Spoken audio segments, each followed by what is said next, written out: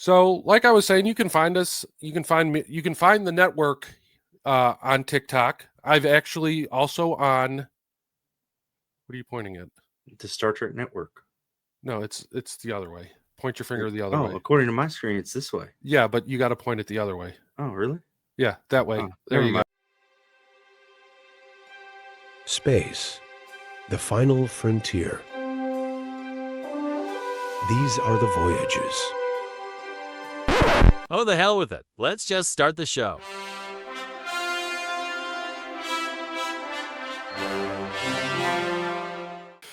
All right, everybody, welcome back. I know it's been, 2 months now? It's been a long road getting We're- from there. Oh, wait. We're That's not doing not it. that. Is that not it? I thought that was it. So, yeah, it's been a couple months, and, seeing that we've taken pretty much the majority of the summer off, we can actually call this the premiere of Season 2 of Vern and Bob Star Trek show. Has it really been a year? Almost. I want to say October we started it. Wow. So Yeah, because we talked about it right after Barb's birthday trip. yeah, May. That's when we kicked And around the then idea. May of last year. Finally, And then finally happened. Wow. so yeah, season 2 premiere right now. So We lasted longer than season of Section 31. there was no season. It was just a terrible fucking movie that they rolled into It was one. garbage. So today we have what I think is going to be kind of a controversial subject matter, a real hot take, if you will. Mm. And that is why me or Vernon and I Language. grammar. Data. Data. Why Vernon and I prefer Dr. Kate Pulaski over Dr. Beverly Crusher. You say it's a hot take, but I really don't think so. I really think that over the years and after episodes of Ghost Romance, I really think that the people prefer Dr. Pulaski over Dr. Crusher. Well, I know I do. I do. I love everything about her. Like I can't say one bad thing other than the fact that her and Data didn't get along at first, but after the episode with the fingers. Peak Performance. Yes. Yeah.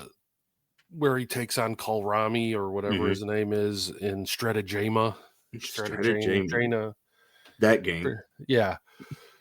But no, the whole data, her giving him a hard time for being machine, I think that was a well done character development for Dr. Pulaski. Because by the time you get to the later season 2, her and Data are very good friends. They get along very well. Was she, correct me if I'm wrong, was she in on the trial of Measure of a Man? No, she had nothing. She didn't have anything. Okay.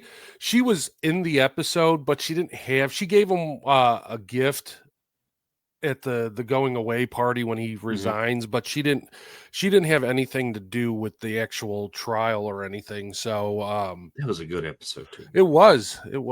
But let's hit one of my first things that I complain about, and it is a very, very lack of character development for Dr. Crusher. Well, yeah.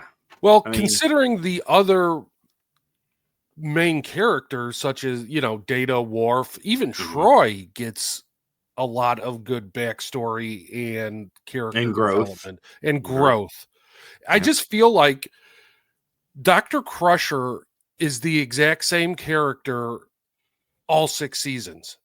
Well, we get introduced to Dr. Crusher and Wesley as figures of Picard's past. So the fact that not much has grown on the whole Jack Crusher, Beverly Crusher, Picard story, other than the fact that they were good friends. Dr. Crusher was there just because she was an extension of Picard's past. But from season 3, when she came back, to season 7, there's very little growth. Yeah. There's very little growth, whether it's between her and Picard. You get some episodes where you think things are going to happen, like attached later in the series. Is You that the can't- episode where they were on the planet? Yeah, and they have the little sensor and they can read each other's minds, and they Yeah, finally yeah. figured out how they felt, how it took that long for them to figure out their true feelings. Well, they show that in the very second episode of the first season, kind of the sexualization of the relationship in But then- Naked Now, because she comes in there and goes, Yeah. "You owe me." I'm a woman. I have needs. But here's the thing, though. After that, they really don't do anything with it the rest of the season. Right. There's maybe a couple little things, but it's not a continuation of a story, a continuing story development. But yet somewhere in there, we had time to make Jack Crusher. I don't know.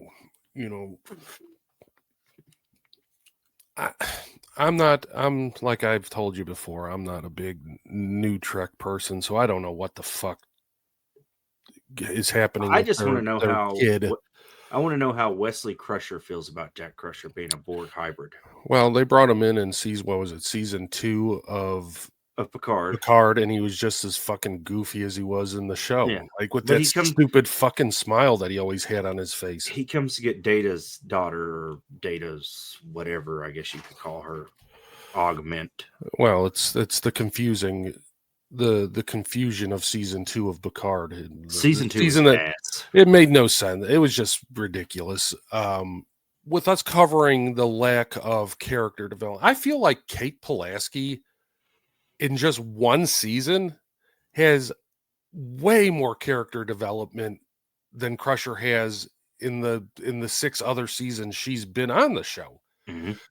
She has, which to me feels, what I feel is she had more character-centered episodes than Crusher had through the entire series.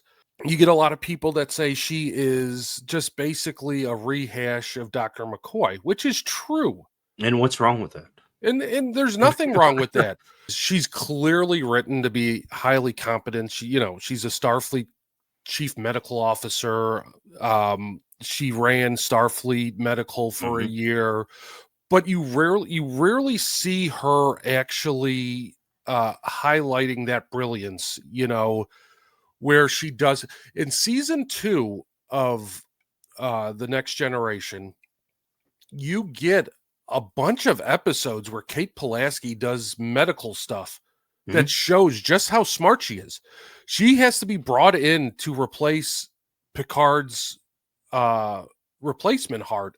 That she has to be called in to save Picard from the incompetence of those who tried to put his heart in. She was the one that also came up with the procedure to wipe the memory of Data's little pen pal, played by a young Nikki Cox. Yeah, because Data violated the Prime Directive, and blatantly violated the Prime Directive. How Data violates the Prime Directive will never escape me.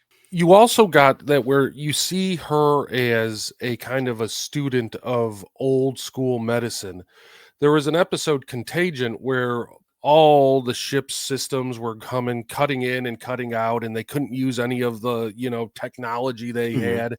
And somebody was in there with a broken leg, and she just said, use a splint. A what? Right. And what's that? 2 pieces of wood and tie it together. It keeps the leg immobilized. That's barbaric. She goes, no, that's practicing medicine. That's and it shows you how competent she is at being a chief medical officer. And I absolutely love the polar opposite she is with Picard, where Beverly Crusher and Picard have this flirty, we've known each other for years type relationship. Pulaski and him have this cat and dog type back and forth where, she tests him. Yeah.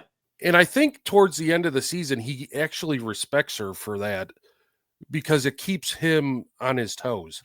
I think that respect started whenever she helped with the heart replacement. Another little thing that I had, and why I feel like Pulaski, from the start of season 2 to the end of season 2, they were very consistent and on really how they portrayed her. Besides the issue with Data, where at first she was kind of, he's just a machine, blah, blah, blah. She is very consistent on how she acts. She's very straightforward. She'll tell you exactly what she means, and she won't make any apologies for it. You see that in the episode where Riker's dad comes on, and like, oh, God. She's like, no, I'm not going to stop talking to him just because you don't like him. Right. He's my love interest. Yeah. Well, why didn't you tell me you knew him? Well, you never asked. Yeah. And so the problem with Beverly Crusher, in my opinion, when it comes to writing, it is very inconsistent. Sometimes she comes off as a very strong officer on that ship, and then sometimes she's just there in the background. She makes like an offhand comment, and I guess what I'm saying is you don't get a lot of Beverly Crusher episodes, whereas Data does, Worf does, Riker does. Troy gets a lot of episodes. I mean, between the episodes with her mother, the Ferengi, the child, I think the episode's actually called The Child. Yeah, and that's the other thing too. It's like Wesley has more in 3.5 seasons, has more episodes than she does that center around him. I can think off the top of my head only 2 standalone Beverly Crusher episodes. One is the one where the crew starts disappearing because she went yeah, that, and then the what is it, Rigel 7, the one where she does the Humpty Hump with the ghost. Oh, Sub Rosa. I will say, Remember Me, I don't mind that episode. It's a very good story. I like the idea of it, where everyone's slowly disappearing, but nobody remembers besides her because she's trapped in some warp bubble. But yeah, that one was good. But what I'm saying is those are very few and far between for her. She's always just there, but she's never like the focal point of that episode. We're gonna have to do a count one day of who has the more dedicated storyline episodes. I'm going to say it's between Worf and Data. Oh, easily. I mean, if you take Picard out of there, because Picard's central figure in almost all the episodes, I think there's I want to say he's in every episode. Yeah, but I would easily say that it's Worf or Data. I mean, you have that whole thing with Worf and his family with the Duroses and the Klingons with the Civil War, and even later on in the series there's that whole parallel episode where he's traveling from different dimensions. Oh yeah, I love that episode. Where he got demoted. Yeah. So I mean, I want to say that I feel like some Pulaski might have more in just season 2 than Crusher has standalone episodes through the entire series. So what I will say, and I always thought this, and this is where I think I'm going to get a little flack, is I always thought that Diane Muldaur was a better actress than Gates McFadden. Honestly, on the show anyways. I don't know outside of it. I'm going to be perfectly honest with you. I don't remember seeing them in a lot of other stuff. I remember her from the original series when she had that guest star spot, but other than that, I don't remember them. I think Gates McFadden was in Patriot Games or something as Jack Ryan's wife. Other than that, I don't know her from anything other than that. I don't know. I just didn't ever thought she was believable as Dr. Crusher. She didn't have the on-screen presence. No.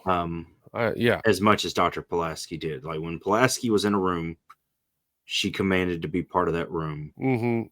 Where even this is where the inconsistent writing comes from. She's either in the spotlight or she's behind everybody else. Well, think about it. We covered the episode where the people were addicted to the drug. Yeah, the space Felicium. Felicium. Felicium. And she did this big old protest, like, damn it, this is narcotics and addiction and drug dealing. And then all of a sudden, the end of the episode. Right there is my perfect point. I thought that was terrible acting. Like Yeah. when she's just like, they're addicted to drugs. No. Yeah. Whatever. And then all of a Okay. sudden, she just rolls over. Fucking 1980s. Just say no. Bullshit. Wally Bear. God, so blatant. That's when Tasha Yar gives that ridiculous fucking it was like the NBC, you know, like the more you know segment where she's explaining drug To use Wesley. to freaking Wesley. I don't understand. Why is it so I just simple? hope you never do. It's so cringy. That whole fucking episode is cringy. And if you haven't, go check it out because we reviewed it. And then you can go watch us tear it apart. Yeah, we ripped into that one pretty good. So see, nothing bad to say about Dr. Pulaski at all. I do think she is a superior doctor to Dr. Crusher. You know what? I do. I think she's better. I understand why people like Dr. Crusher. I'm not saying that if you like Dr. Crusher, you're wrong. Everybody has their choices. It just so happens that me and you absolutely agree that we think that Kate Pulaski was a better doctor than Dr. Crusher, a better character than Beverly Crusher. So it's not like we're sitting there saying that, you know, you're an idiot for thinking Dr. Crusher is better. We're just saying that's our opinion. That's who we like. I'm going to put it out there. And I would like to hear comments on this. It's probably going to be a borderline comment. Right. But, and this is all due respect to Diane Maldon, do you think it's because the next generation was supposed to be the young, sexier crew, and then you bring her in to where she doesn't fit the stereotype of that crew? Well, and she just was shunned because she was not eye candy? You know, I think maybe a little of that. I don't know necessarily that she wanted to continue on with the show anyways. I've always read stuff here and there that she wasn't going to be there for the long. Wasn't she only there because of Gates McFadden getting pregnant? No, she got fired. Oh. Yeah, she got fired, and then they ended up bringing her back. And I think they brought her back because Pulaski or Diane Muldoon left. No, she was pregnant during that time. No, I think she was pregnant later. I don't know. I heard she was fired, and I think I've even seen interviews where she said she was fired. I think by season 3, the whole production of Star Trek, Gene Roddenberry by season 3 had little to nothing to do with the day-to-day of Star Trek. I think they decided to go in a whole new direction. That's when you started getting the, you know, Ronald Moores and stuff coming in, the fan writers coming in, and that's when the show really took off. But I think Gates McFadden and Beverly Crusher were a better fit going forward for the show. For the crew, yes. If that makes sense. Yeah. Because Kate Pulaski is very much a throwback to the original series. Mm-hmm. The very tongue-in-cheek, the very rough, the very frontiersy type character. They were getting away from that by season 3, and it was more futuristic, more next generation. And yeah, Dr. Crusher was a much better fit. And I don't think Pulaski would have been very good later on in the series. But here's the thing. You rehash that same character and turn it into a hologram in Voyager, and it works because her, McCoy, and the Doctor are the same character. Yeah, well, you know. And then you got Dr. Crusher and Julian Bashir. Although I like Julian Bashir. Why do I like Julian over Dr. Crusher? I don't know, and he doesn't ever show that he's a man of medicine. He's too busy chasing. He's a man of the ladies. He's too busy chasing tail. You know, every female that walks onto the promenade, he's like a whale. Yeah. I think we covered a good amount for this episode. And you don't have to say much to say that she's better. No, I mean, much. By midway through the second season, you could already tell that. Yeah. And how long was she on the show? One season. Just season 2. Just Yeah. season 2, and we got this amazing story, major character development, awesome story arc with her and Data, her and Picard. I mean, in just one season. Do we show her leaving, or does it just jump No, right it's in? This season 3 hops in, and Crusher and no, because Wesley are back. season 2 ends with that Shades of Grey, the fucking clip show, because of the writer strike Mhm. of that year. So it was the one where Riker gets tagged by that plant and he ends up like getting paralyzed and she has Oh, to do yeah. the surgery. And then all of a sudden the next season, oh, yep, He Dr. made it. Crusher's back. Dr. Crusher's back. And But good old Wesley. the only thing I heard, no, Wesley was there. And Wesley was there season 2. all the time. Yeah. They made that relationship awkward when she came back. Yeah, That's because right. she was That's what gone I'm for a year. thinking of. But he also, later on, you get that one callback to her. She's only mentioned one time later on. And it was something to do with like the memory wipes or whatever. And he goes, well, Picard goes, well, you are familiar with Dr. Pulaski's techniques. And she goes, yes, I am. Well, I think that wraps us for this week. It's good to be back. Are you getting an official sponsorship here? Because I see you showing off, your Rode microphone there. Are we officially sponsored by Rode now? No. I wish that would be nice, but no. It's just my fancy mic holder to go with Didn't know if we were going for the official sponsorship there. No, it would be nice though, wouldn't it? Well, let's go ahead and decide what we're gonna do next time. And since I picked this topic, Vernon, what would you like? And let's just take a second and explain that we're we should have done this at the beginning. You know what? We should have done this at the beginning, but we're kind of changing up the format of the show. And I think I'll do a TikTok explaining this too, but we're changing it up. We went from where we would watch an episode and kind of review it to now it's going to be more of like talking Star Trek, any topic from technologies to ships to like today we're talking about characters. Hey, if you want to do an episode, we'll watch an episode. Just anything that has to do Star Trek, we'll talk about it. I'm going to give you 2 choices. Ooh. Okay. I like choices. One's really going to be a hot topic. Okay. Do we go with why is Janeway a better captain than Picard? Oh, good Lord. I will come. You're going hard on this. I will come one. Guns loaded for that. Oh, why is Janeway one of the best captains to ever exist? So you're going Janeway either way. Yeah. I know a couple people on my TikTok that'll enjoy this one. I am a Janeway fanboy. So are you kind of saying why, like, do a topic like why Janeway is underrated or why Janeway is just the best out there? I would say why is she the best captains of all that we've seen on screen? I can get on board with this. I actually like Janeway. I don't know if I would put Janeway as the best ever, but I would put her up there. Yeah. I can get on board. Whichever one. Yeah, we'll do the. We'll come up with what the episode looks like. So it's going to be it'll be about Janeway. It'll be about Janeway. I like that. I can get on board with that. I can give her all the kudos in the world. She is a badass. I will say that there are some times that she's an absolute badass. So, like I was saying, you can find us. You can find me. You can find the network on TikTok. I've actually also on. What are you pointing at? The Star Trek Network. No, it's the other way. Point your finger the other way. Oh, according to my screen, it's this way. Yeah, but you got to point it the other way. Oh, really? Yeah, that way. Oh, there you go. Well, whatever.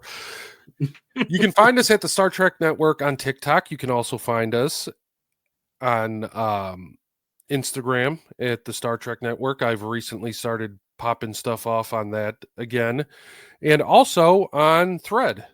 Is that what it is? Is that what it's called? Threads? Is that the Instagram? It's the Instagram. And the only reason I do that is because as you post on Instagram, you can also post on there too. So it's killing 2 birds with 1 stone. So did I see you're doing gaming again?